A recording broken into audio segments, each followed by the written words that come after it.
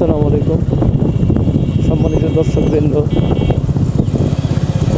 আমার সকালবেলার এই মর্নিং ব্লগে আপনাদের সবাইকে শুভেচ্ছা ও স্বাগতম।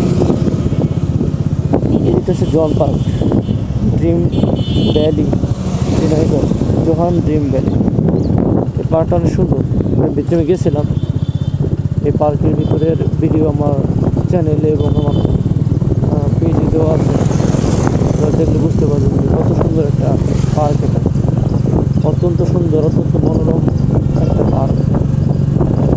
যারা বাংলাদেশের বিভিন্ন জায়গা থেকে ঘুরে বেড়ান, বিভিন্ন দেশে বিভিন্ন জায়গায় যান, তাদের প্রতি আহ্বান থাকবে এসে ঘুরে যাবেন একবার।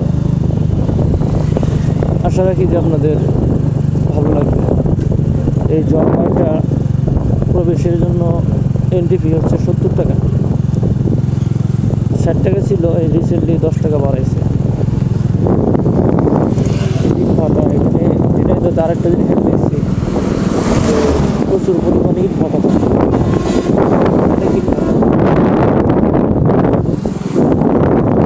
যেহেতু এতে আয়ের উৎস বেশি নেই, কোনো সোর্স নাই, এরকম গোটা থাকে না, ভালো হচ্ছে। অন্তত মানুষ কাজ করে খেতে পারবে। যারা এই সমস্ত কর্মসংস্থানগুলো তৈরি করছে তাদেরকে ধন্যবাদ।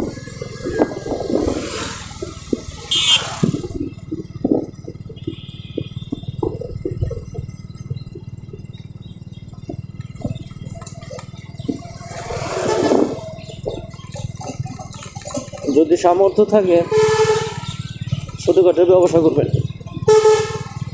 ছোটোখাটো ব্যবসা করবেন। এখান থেকে যদি কমন না হয় তাহলে চাকরি করবেন, আর যদি চাকরি করার ছাড়া যদি চলতে পারে তাহলে ব্যবসা করবেন। কারণ মানুষের মানসিক শান্তিতে খুব দরকার, যেটা চাকরিতে পাবেন না। চাকরি মানেই হচ্ছে চাকর, নিজের চিন্তা ভাবনা ধ্যান ধারণা অন্যের কাছে বিক্রি করা, মাস শেষে নির্ধারিত একটা স্যালারি, এই তো চাকরি। আর যদি সামর্থ্য থাকে ছোটো পুঁজি নিয়ে হলেও ব্যবসা শুরু করে। চাকরিতে যে পরিশ্রমটা লাগে এর অর্ধেক পরিশ্রম যদি আপনারা আপনাদের নিজের ব্যবসায় করেন তাহলে ভালো কিছু করা সম্ভব।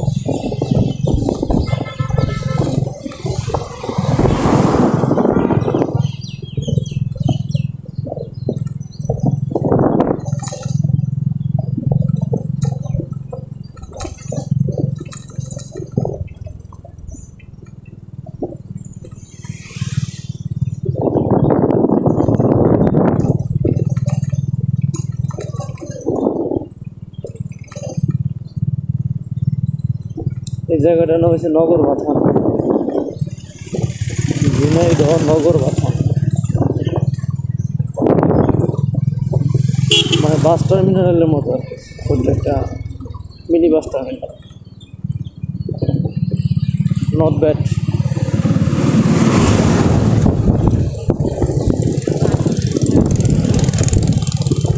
এই ঝিনাইদহটা হচ্ছে খুবই, এখানে অনেক প্রচুর রাজনীতির সাথে জড়িত, রাজনীতি করেন না, অতিরিক্ত রাজনীতি করে।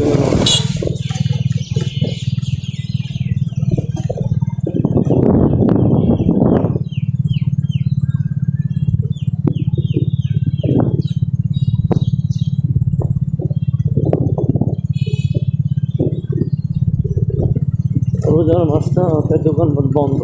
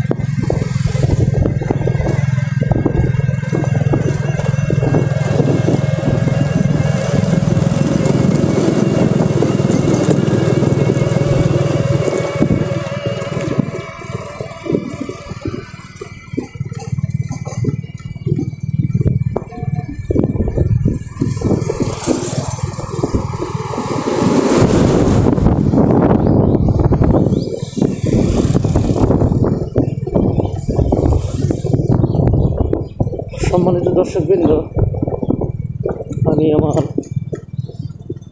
কাঙ্ক্ষিত গন্তব্যস্থলে চলে এসেছি অলরেডি।